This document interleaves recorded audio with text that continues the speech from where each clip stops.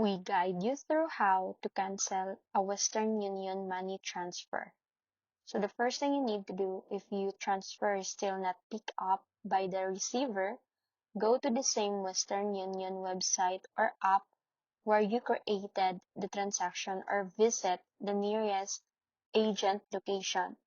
Prepare your money transfer control number or MTCN, your valid ID, and the sender details you used during the transaction.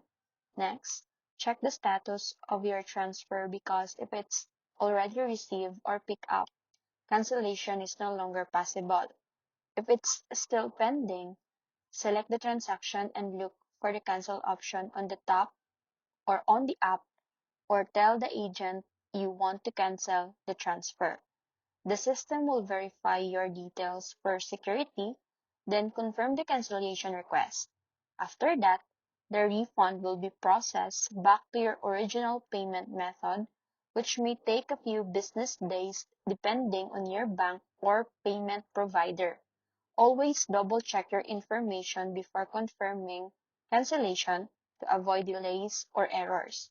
If you cannot find the cancel option online, contact Western Union customer support directly and provide your MTCN so they can assist you.